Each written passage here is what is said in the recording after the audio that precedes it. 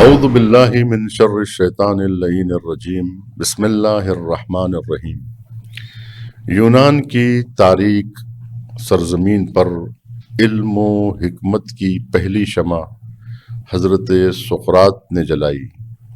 وہ شخص جو زمین پر رہ کر آسمانوں کی باتیں کیا کرتا تھا، انفس و آفاق کی سیر کیا کرتا تھا، طبیعت پر اس کا مطالعہ بڑا گہرا تھا، حق اور حقیقت کی جستجو اس کا نصب العین تھا۔ اس نے جب آنکھ کھولی تو چاروں طرف گھٹا ٹوپ اندھیرا تھا۔ اس نے میلاد مسیح سے بھی سال ہاں سال پہلے دنیا میں قدم رکھا۔ اس کے معاصرین علم و حکمت کا مذاق اڑا رہے تھے، حقیقت سے چشم پوشی کر رہے تھے، ہستی کو نیستی کا نام دے رکھا تھا، اور اس پر دیدہ دلیری یہ تھی کہ اپنے آپ کو علماء اور دانشوروں میں شمار کرتے تھے۔ سقراط نے ان کے مقابل اپنے کو فیلوسوفیا کہا، یعنی میں دانشمند تو نہیں مگر دوست دار دانش ضرور ہوں۔ یقیناً سقراط نے فیلسوف ہونے کا حق ادا کر دیا، اس کے دوستدار علم و دانش ہونے میں کسی کو کوئی شک نہیں ہے۔ اس کی تعلیمات کا محور علم اخلاق رہا ہے۔ اس نے افلاطون جیسا شاگرد عالم انسانیت کو دیا ہے۔ اس طرح سقراط کو استاد الفلاسفہ اور استاد الحکماء کہا جانا بجا ہے۔ وہ شہنشاہ حکمت تھا، اولیاء ذہانت کا قافلہ سالار اور مجلس آگاہی کا صدر تھا، جس نے تعلیم و تربیت کی خاطر علم و فلسفے کی راہ میں اپنی جان آفری کے حوالے کر دیا اور شہید علم و دانش بن کر شہدائے علم کی صف اول میں شامل ہو گیا۔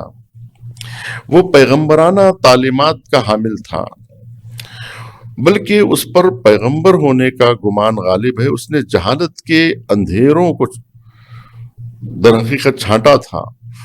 وہ لوگوں کو ان کی جہالت سے آگاہ کر رہا تھا اور انہیں معرفت اور خود آگاہی کا درس دیا کرتا تھا۔ اس کے باوجود وہ خود اپنی نادانی کا معترف تھا۔ اس نے کبھی اپنے آپ کو عالم نہیں کہا اور دانشمند نہیں کہا۔ وہ باثمر درختوں کی طرح ہمیشہ جھکا رہا اور اس کا مقابلہ ان مغرور اور نادان جاہلوں سے تھا جو جہل مرکب میں غرق تھے، جو آسمانوں کی ہانکتے تو تھے لیکن انہیں زمین کی خبر نہ تھی۔ سقراط نے جہل و نادانی کے ان پیکروں کو اپنی حکمت و عرفان کی شیریں زبانی سے پگھلا دیا۔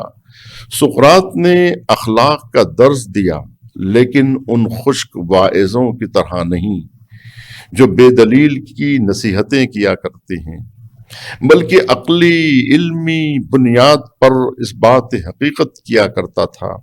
اس کا یہ استدلال تھا کہ بد عملی نادانی اور جہالت کے سبب ہوتی ہے۔ وہ کہتا تھا کہ لوگ بے عمل نہیں بلکہ بے خبر ہیں۔ غلطی نادانی کے سبب سرزد ہوتی ہے۔ جان بوجھ کر کوئی غلطی نہیں کرتا، کوئی اپنی مرضی سے شر کی طرف مائل نہیں ہوتا۔ وہ فطری طور پر خیر کا متلاشی تھا۔ سقراط فریق مخالف کو جہل و نادانی کے اعتراف کرنے پر مجبور کر دیا کرتا تھا۔ اس کا انداز تعلیم سوال و جواب کی شکل میں تھا، مخالف کو خطا کا احساس دلا کر مکالمے کو آگے بڑھانا، کشف حقیقت اور کسب معرفت کے لیے نفوس کو آمادہ کیا کرتا تھا، تاکہ حقائق کو دریافت کرنے میں اور حقائق کی جستجو کرنے میں تعلیم اور تربیت کی راہیں ہموار ہوں۔ سقراط کا شیوا تحقیق استقرائی تھا، وہ ہر باب میں شواہد و امثال کا ذکر کیا کرتا تھا، اور جزیات سے کلیات تک پہنچنا اس کا شیوا تھا۔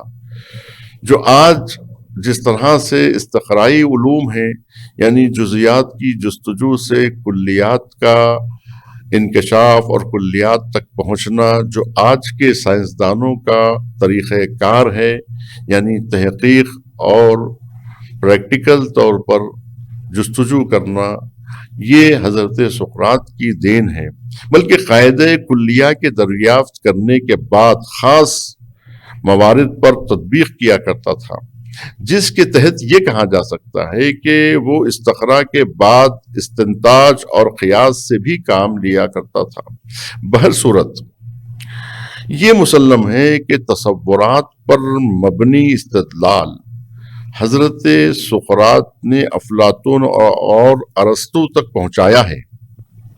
اس طرح سقراط کو کلیات عقلی پر مبنی فلسفے کا مؤسس اور بانی کہا جا سکتا ہے، جس پر علم و حکمت کا دار و مدار سمجھا جاتا ہے۔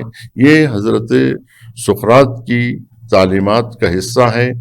اب یہ کہ سقراط نے کس سے تعلیم حاصل کیا، یہ بات معلوم نہیں ہے، لیکن یہ بات مسلم ہے کہ خود حضرت سقراط سے پہلے فیثاغورثیان نامی 7 حکماء کے گزرنے کا تاریخ فلسفے میں ذکر ملتا ہے، اور امام خمینی جیسے فلاسفر کا یہ کہنا ہے کہ انہوں نے، یعنی دانشوروں نے، جناب ادریس علیہ السلام سے کسی طرح سے کسب علم کیا تھا، لیکن اس کی تفصیلات آج ہمارے پاس موجود نہیں ہیں۔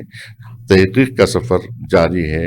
والسلام علیکم ورحمۃ اللہ وبرکاتہ۔